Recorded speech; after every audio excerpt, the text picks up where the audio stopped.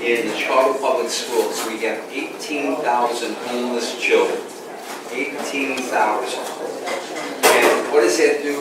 One homeless kid in any class can, and I don't mean it to be their disruption, because nobody's attending to them. Nobody's giving them the services. They need special help. I mean, let's face it. You're homeless. Where are you going to go tonight to study, to learn? What are you going to do? We need to really ramp it up our efforts to help our youth who are homeless. Secondly, across the board, even on the elderly, and come with me often even on the Wacker Drive, even in the downtown area. In the last 4 years, since we closed these mental health clinics, our homeless population has exploded. And we need to reopen our mental health clinics, give people the kind of services, because we've lost track. The city said they would not lose track of those with mental health issues. But a lot of homeless people, too, are victims of this recession. And we are all victims of the recession and what happens. So we've got lower wages, underemployment.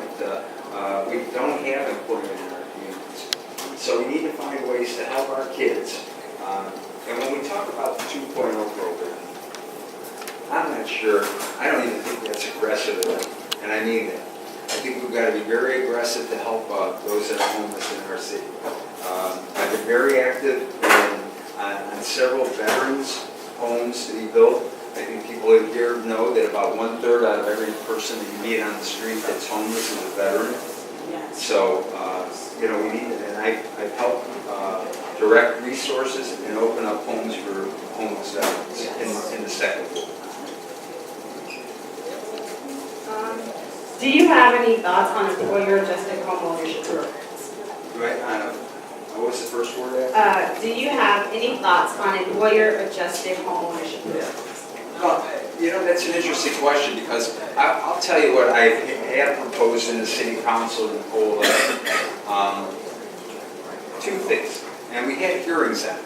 The first was I wanted $25 million to be taken out of the TIFs, put kids to work during the summer. $25 million. And that money would have been directed to put kids all across the board to work. And I want to say this summer I had 35 young kids. I found a state grant working with my state senator. I employed kids from all across the city that help work in my office and throughout the area, and I brought them to the museums, the police academy, fire academy, training academy.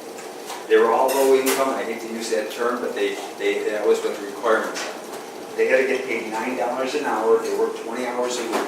But they showed up on time. They were there. They reported every problem that anybody could ever exist. Walking down the street from this cracked sidewalk to whatever. Now, I say that because I think that's essential to go to home ownership, making sure not only our kids are working during the summer, but so are the parents. Now, that same day that we had that hearing on that, and now, by the way, that got tabled. It was tabled by the administration. They didn't want it, and we have $1.2 billion in the bank. They didn't touch it at all. Okay?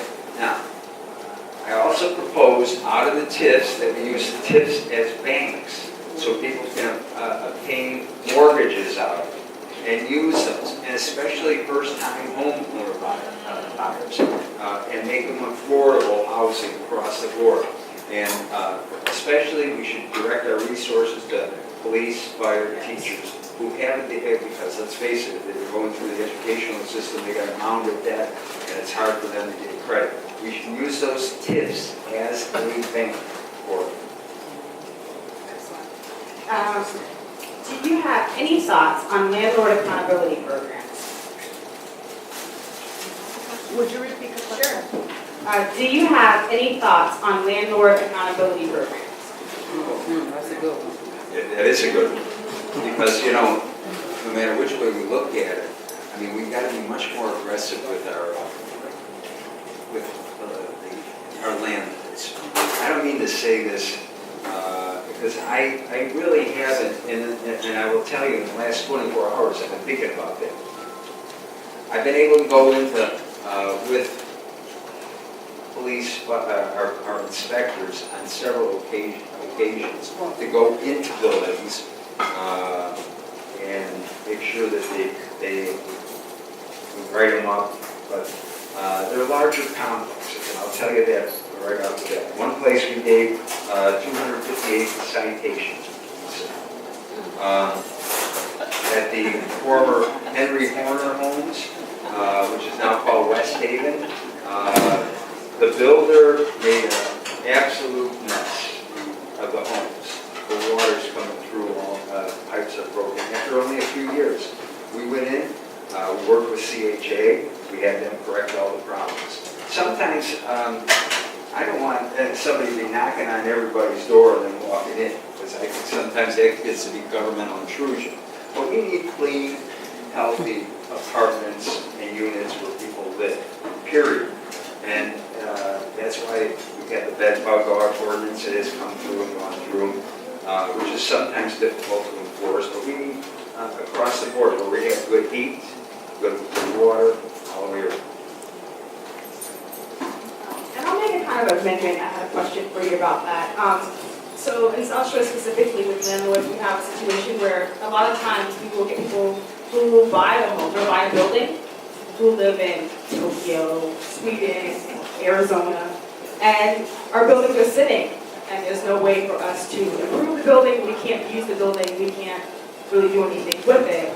And so it's been our question for a long time, and the chamber in the area have really struggled with that. Is how do we keep those landlords accountable? And if there are any programs specifically that will kind of entice them to be more involved in the community that they buy buildings in. Again, I think on absentee landlords, folks along that nature, we have to be aggressive with what we do. And that includes maybe registration that we have, and we get the registration right now on vacant and foreclosed homes. We should do registration across the board on ownership of buildings. And from there, hold them accountable. How do we hold them accountable? Well, we have to be going in there and see what's happening and so forth. And after a certain amount of time, and I'm that person, I would hope, and I found when we build bad developers, other issues, we've been able to work with people to make their corrections. And I think you got to be aggressive. And I will tell you, the problem that we have in our city council is sometimes aldermen don't want to be aggressive with the folks, because they're also sometimes the same people that give the contributions. But you know what? You got to tell people this is the way what you got to do. I want good, clean living and affordable housing across the city. How will you reduce the city's debt while? How will you reduce the city's debt while expanding social programs? Well, that is a tough question, okay? I don't want to kick the can down the road anymore, and I know this mayor has continued to kick the can down. But I think we've got to look at what we're doing with our TIFs. I think there's $1.2 billion in that bank. We ought to be looking at surplusing it more often than not. Maybe closing some of the TIFs that are not being proactive out there. At the same time, when we talk about TIF reform, that's fine. But I've talked about, and I've thrown it on the table for a healthy discussion. We're going to need help from our state and from our federal government, especially. But at the same time, we've got to look at the financial transaction tax. I've talked about the commuter tax, which some people don't like, especially, I guess, if you live in the suburbs, you might like it. And we need to rearrange our priorities. We need an audit, a forensics audit from the top to the bottom. We found last year in that budget enough money to hire 500 new police officers. And we went to a hearing on that day, and we're still waiting for that hearing since last October. So there are ways, but it's going to be rolling up our sleeves, talking to everyone in this city, and seeing what we can do. At the same time, we've got to really be very aggressive in bringing job growth, maybe creating a tax-free zone so businesses can come in, with conditions. And the conditions are they better be hiring from our community. And that will help spur economic development too. And that's what we need. We'll do about 3 or 4 more questions. Alderman, what are your plans to unite the efforts of City Council? To unite them.